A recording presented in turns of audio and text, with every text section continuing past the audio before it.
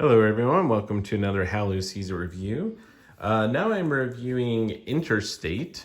This is another mini expansion for the game Sprawlopolis. Again, from Button Shy Games. So this is a 4-card expansion for an 18-card base game, Sprawlopolis. Now, Interstate here, I think, is the most interesting of all these mini expansions, I guess I would say the most bang for your buck, I think, as far as the expansions go, with these 4 cards. And I'll explain why. You'll actually notice, so I just did Beaches, the review of the Beaches mini expansion, and it's just this, one-page little rule book or rule page. Now, Interstate here, you'll see, has a little bit more than just one page. It's actually got just kind of the fold out like the original Sprawlopolis rules. And that is because this adds actually the opportunity to play Sprawlopolis competitively. So originally Sprawlopolis, is a really, really great solo game. You can also play this cooperatively. And now with Interstate expansion, it allows you to have some variability in your solo play, but you can also now play competitively, which is really cool. And you can also, again, play a 2-player co-op version as well.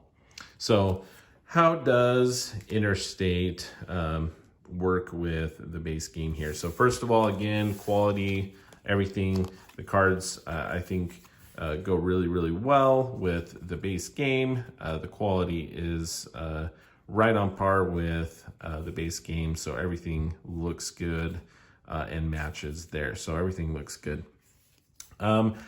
How does this actually play? What do the cards look like? So you'll notice here there are actually 2, so I thought it was 2, I guess it's 1. So there's 1 Interstate card here where you see no roads breaking off from that, but you'll see there's 2, the Interstate here down the middle. We have that, and then we have some like small size blocks here. And then you'll notice on the other ones, we have little roads that are breaking off on some of those others. So let's go ahead and dive into the gameplay here and what Interstate can do for Sprawlopolis here, and talk about the cooperative, the competitive version that Interstate introduces into the game of Sprawlopolis. So basically what we're going to do is you're going to go ahead and shuffle up these Interstate cards. And you're going to shuffle up your base game cards as well. And you're going to go ahead and choose 2. Instead of 3, you're going to choose randomly 2 scoring cards from the base game. And then you're going to shuffle these up and choose one of these as well. And now this is not a scoring card in the original sense of the base game here, but what it does is it's going to dictate how you can play cards for this particular game, and how this game will score, as well as it includes a tiebreaker. So in this specific one, you can play on either side. Now, what is it talking about? We'll get that just a second here. And then the scoring. So we'll kind of set that up. So you have the 2 scoring. We've drawn that.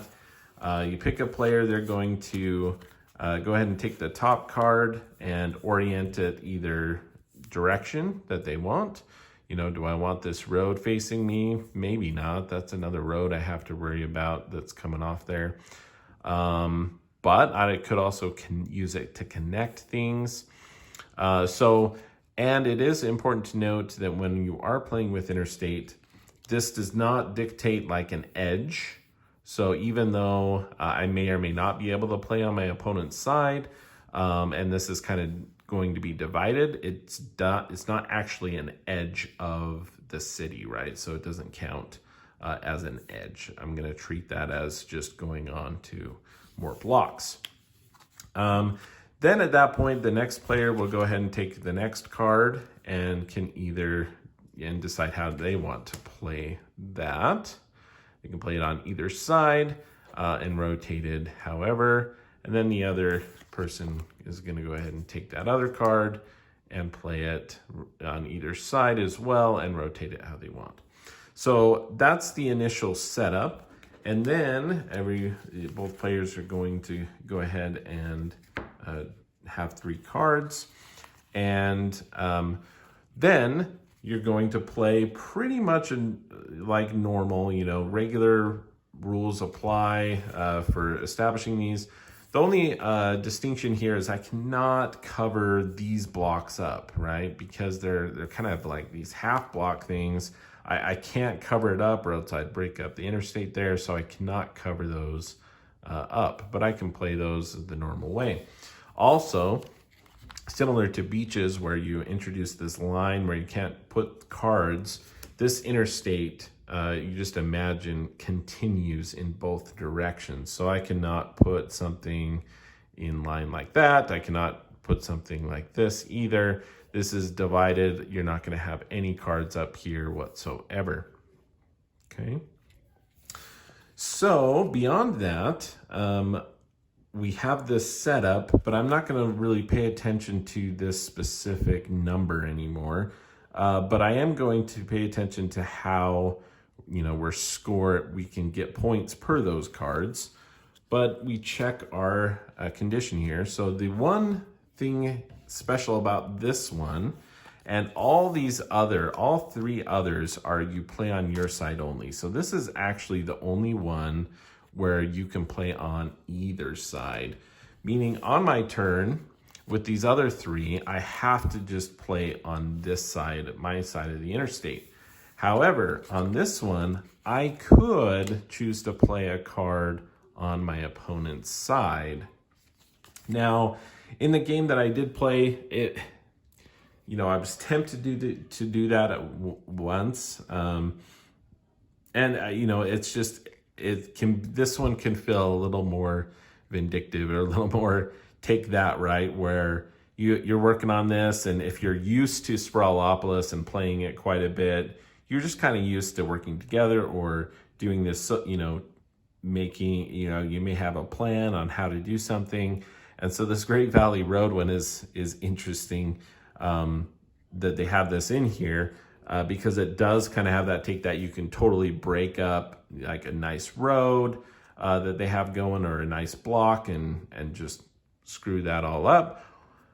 But it was interesting because I really just kind of wanted to focus on making my own still. And then by the time I wanted to go ahead and place on their side, I wasn't able to any longer. So the one specific unique thing with this Great Valley Road is that you can play on either side, but once this draw pile is all gone and it's been depleted, at that point, you can no longer play on your opponent's side. And that's, I think that's very smart rule there so that, even with that kind of take that, I have some cards remaining in my hand to maybe repair the damage that was done by my opponent. Okay, so once all the cards have been played, how does a game of competitive Sprawlopolis score? And that's where we come down to this scoring here. It says standard scoring, and each player scores below. So largest group of each block type. So just in standard Sprawlopolis, we're going to count up our largest, orange group, largest green, our largest gray and blue. And I'm going to score points for the size of those. And I'm going to score both scoring cards just like normal. So I'd go ahead and score 1 point for an industrial block that shares a corner with at least one other industrial block. And I would do that, and then I would get 2 points per residential block adjacent to 2 or more industrial blocks. So a lot of industrial blocks going on, and having residential blocks next to those, and the placement of those would go there. And the road tax as well. So pretty normal scoring, but what you're doing is, in the competitive version, I'm only scoring my side here, and my opponent is scoring their side. This does count as a road for the road tax. And the tiebreaker is the one with the most roads. And actually, when I played this with my wife, we actually did tie in our scoring, and she had one more road than me. So it was very, very close. But I think it's well thought out, the conditions here. And that's really how they introduce the competitive nature of Sprawlopolis. And I think it works very well.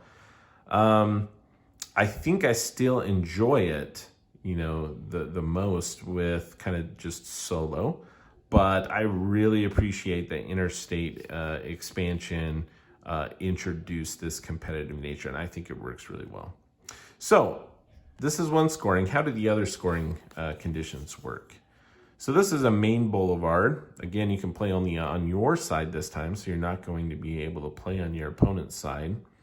And then this one introduces something a little bit unique as well. So instead of scoring both of these and all of my blocks, block types, I'm actually just going to largest group of 2 block types of their choice. So I'm going to be really focusing on 2 colors this game to take advantage of that, because I know I'm not going to be scoring the other 2.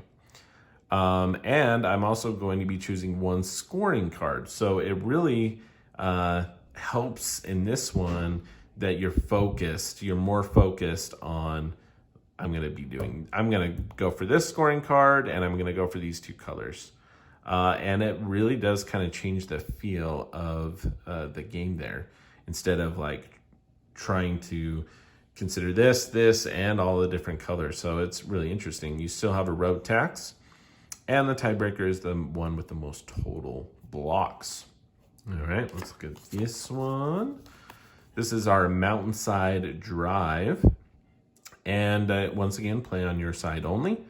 Standard scoring here with largest groups, both scoring cards, road tax, and most park and industrial blocks is the tiebreaker. So again, that one is very similar to this one, other than you can play on either side, and that's only on your side, and the tiebreakers are different there. Okay.